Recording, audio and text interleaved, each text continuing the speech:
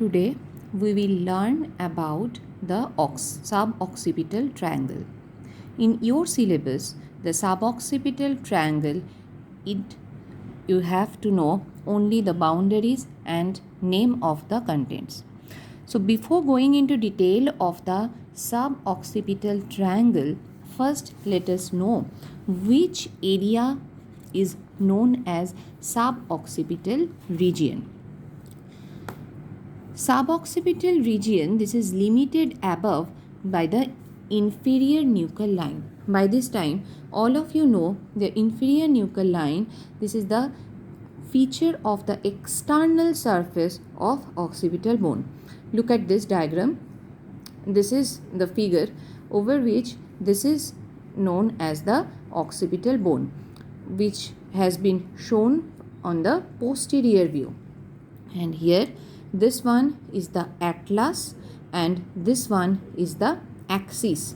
As because this is the posterior view, so this is the bifid spine of the axis and this is the posterior arch of the atlas and this is the posterior or the external surface of the occipital bone.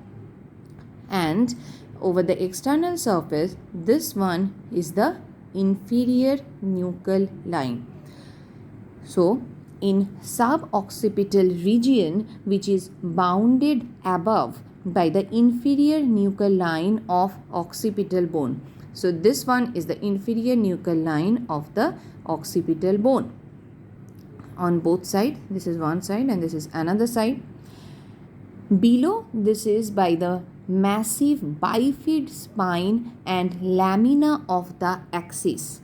So this is the bifid spine and these two are the lamina of the axis. So above this part and below this part. And what is about the lateral limit?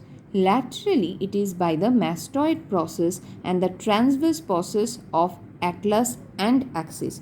That means we can assume this part. So this region is known as suboccipital region. Now over the suboccipital region, the suboccipital triangle is present. Now in suboccipital triangle, to disclose this, we have to cut through some structure. Now let us go to another figure. Come to this one.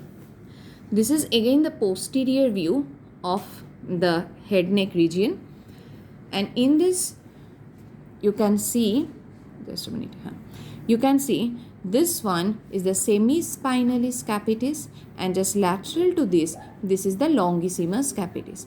This is present on the left side, but on the right side this muscle has been cut, which is the semispinalis capitis, and lateral to this there is the longissimus capitis. Now after cutting this semispinalis capitis medially and lateral to this, that is the longissimus capitis, we can see this triangular shaped area.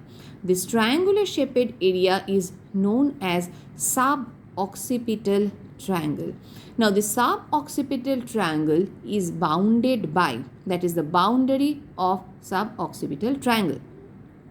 Superomedially, this is bounded by this muscle which is known as rectus capitis posterior major.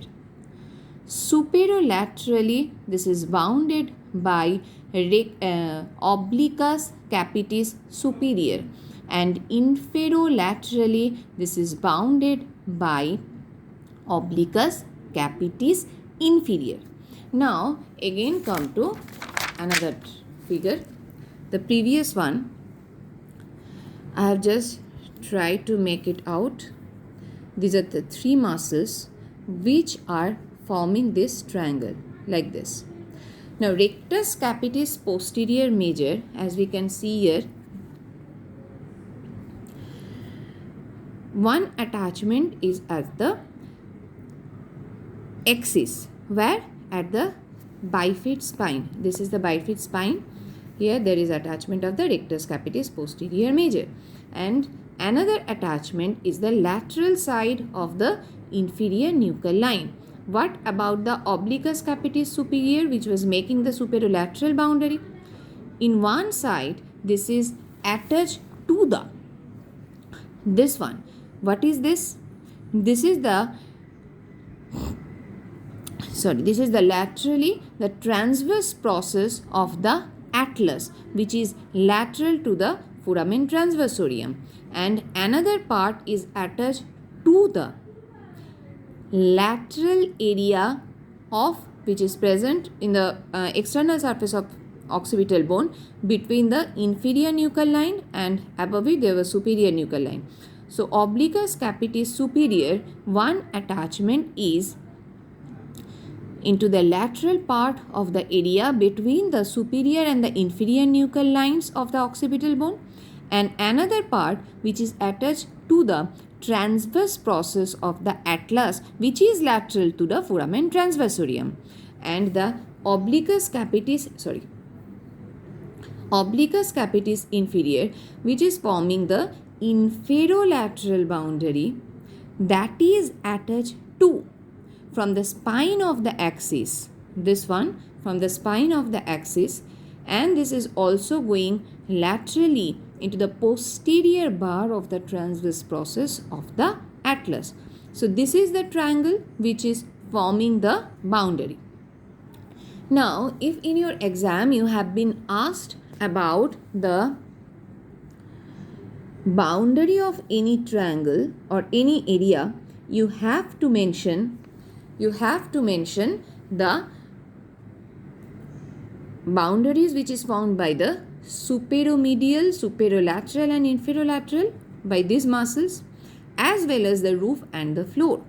So the roof is formed by medially by the semispinalis capitis and laterally by the longissimus capitis. After cutting these two muscles, we were able to see this triangular area. And what is making the floor? Look at this diagram.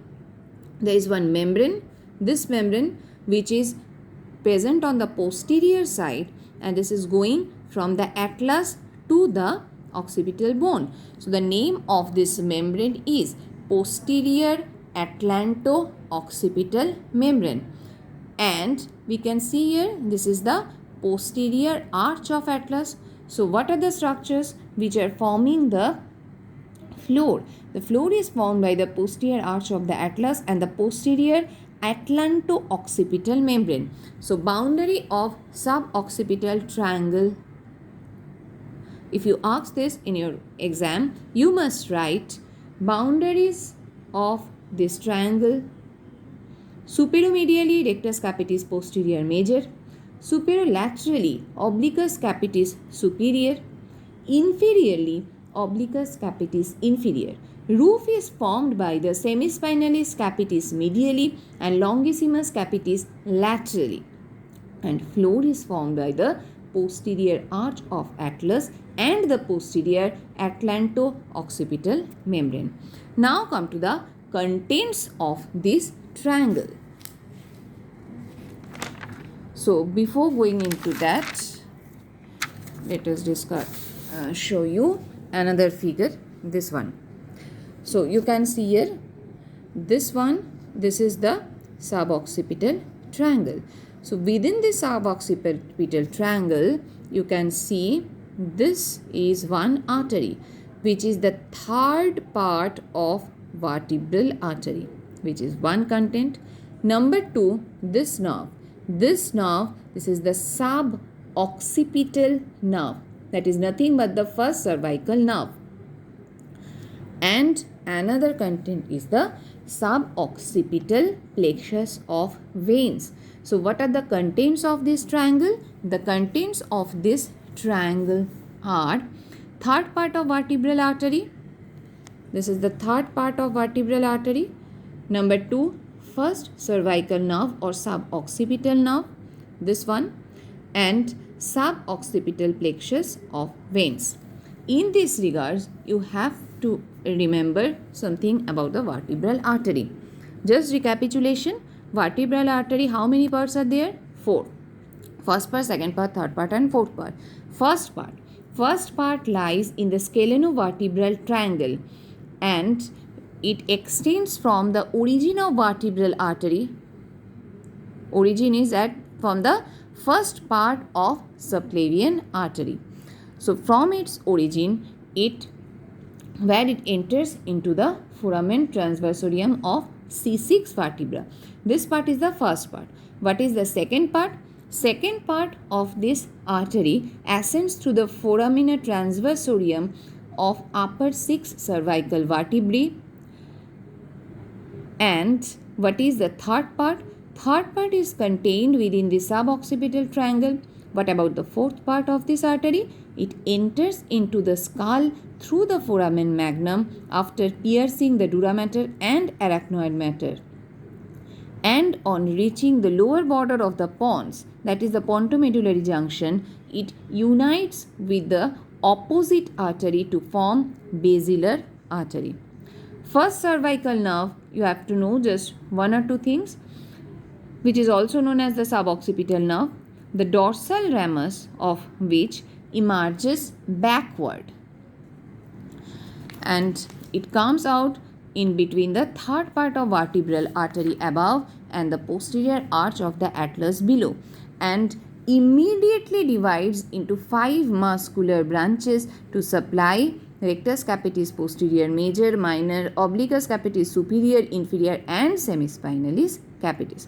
One thing you have to remember that it is said the C1 nerve does not possess any dermatome. Sometimes any cutaneous branch may given off from the dorsal ramus which accompanies the occipital artery. And another content is suboccipital venous plexus. So this is all about your suboccipital triangle. So again, which you have to remember, that is the boundary, that means roof, floor and these 3 muscles, and contents, 3 contents are there, that is third part of vertebral artery, number 2 suboccipital nerve, and number 3 suboccipital venous plexus. That's all. Thank you.